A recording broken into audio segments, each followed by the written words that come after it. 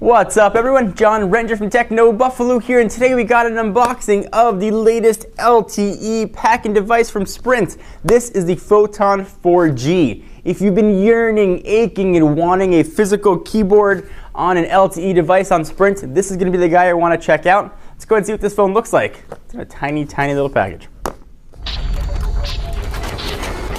Alright, so here we've got the Photon Q in its eco-friendly box, letting you know it's got a 4.3-inch color boost display. It's got LTE speeds, assuming you are in one of the LTE networks, which Sprint is expanding. 8-megapixel camera, and package is 100% recyclable.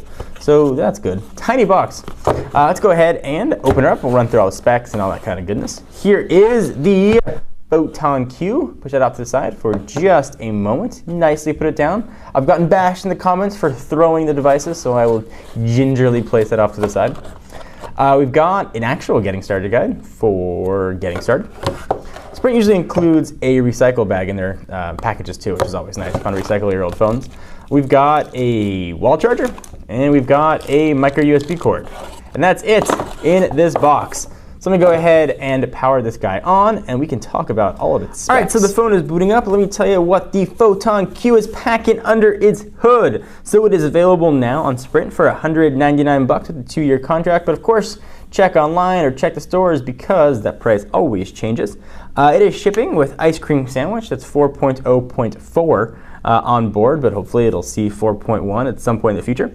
From a dimension standpoint, we've got 4.98 inches. We've got 2.6 inches, and we've got 0.54 inches.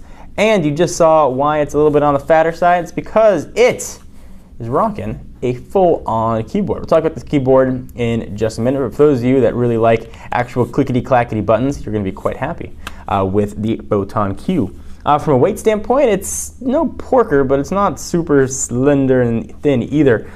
Weighs 6 ounces. The screen that you're looking at is actually a very pretty 4.3-inch display, which is now standard. Remember when 4.3 inches seemed like such a huge size for a phone, and now it almost seems small?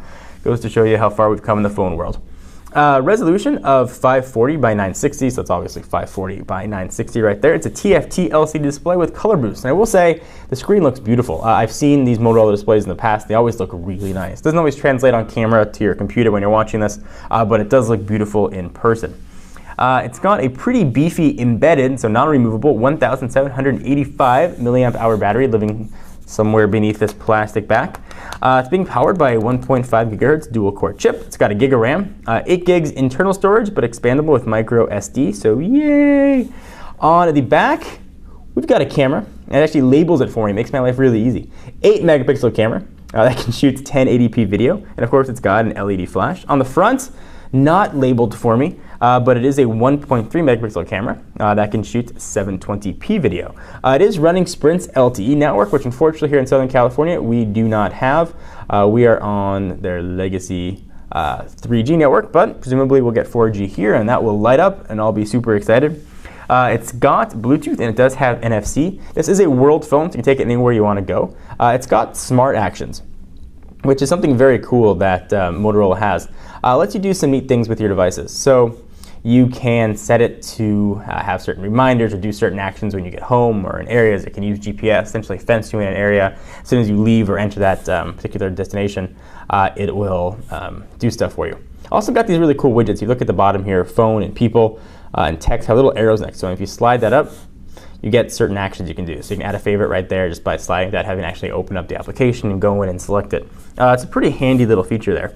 And also handy, this guy comes with an unlocked bootloader. So those of you that have been eyeing up CM10 or one of the variants, you're going to be quite happy to know that you can do so very easily on this device. So let's talk about this guy. It's got a full QWERTY keyboard. It's becoming more and more of a rarity nowadays. Keys have a decent amount of feedback and throw. They feel very clicky, which if you ever use a physical keyboard, is always nice to have an actual clicky kind of feel.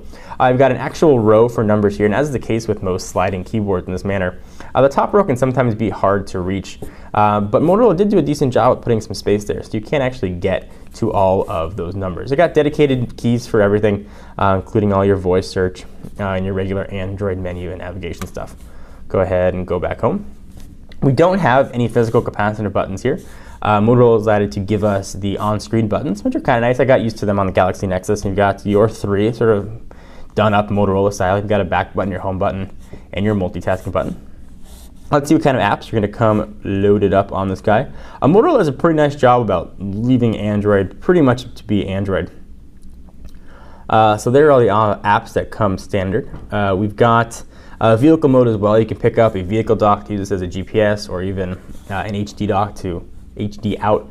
There's a smart action I was talking about. You can see all different stuff you can set up, and it's kind of fun to go through and play with and set all the battery saving options that you'd like. Motorola does add some pretty cool widgets. Go ahead and take a look at them. Go ahead and go there, hop on into widgets. So these are all standard Google ones. And now we've got circles, which is kind of cool. I'll show you that in just a minute. Direct messages, direct dials. A lot of these are standard, but with Motorola icons on them. So you can see what all of those are. So circles, you can sort of swipe down to add stuff there. You can add more information to really any of these and show different stuff. So this one's showing battery. This one's showing weather. I can add a city, and this one is a clock. Make it show analog or digital. Very handy. Takes up a lot of retail space on the screen, but the circle widget is very nice. And Sprint has added a visual voicemail application here as well. Also very nice. You see NFC capabilities, letting you know those are there. In addition. So on the left-hand side of the device, that's where your charging is going to live, and that's where your HDMI out is going to live. Don't get those two ports confused. They look exactly the same. At least close enough to the same, but if you're tired, trying to throw a cord in there, you might have a hard time. On the top, we've got a 3.5mm headset jack, power and lock button for powering, locking, and unlocking your device. Very nicely pronounced volume up and down button. And I love that we've got a dedicated camera button. So camera and shutter button living right there. Nice job for Motorola. Let's see how quickly it activates the camera for the very first time. Go. All right, sort of quick. Take a picture. Pretty quick there as well. Ice cream sandwich, by default camera, is pretty zippy. If you want to add new screens, you scroll left. You can add a blank page just like any other Android device, or you can start with a template. I found these templates to be a little too boring. Like, they just add some widgets on there and some app shortcuts. So mostly I've avoided them, but if these templates are your thing, at least you have the option. And if you don't want to use them, you don't have to. It's the beauty of choice. I guess that's Android's mantra here. So let's go ahead and bring in what this is replacing, the original Photon. This is the Photon Q, and here is the Photon Sans keyboard. So you can see the difference here. The Q is definitely a bit of a thicker device. You can see these two. It's like father and son, or mother and daughter, just saying hello. Haven't seen you in a while. Miss you. How come you never call? How come you never call? Gosh, I'm busy. Leave me alone. At least that's how it went in my house. So this has been a unboxing and first look at the Motorola Photon Q. Of course, we'll come back at you with a full review as we put this guy through its paces and let it know if it's a worthy Sprint phone to take a place in your pocket. I am John Rettinger. I am from Techno Buffalo, and I will also see you in the next video. Bye-bye.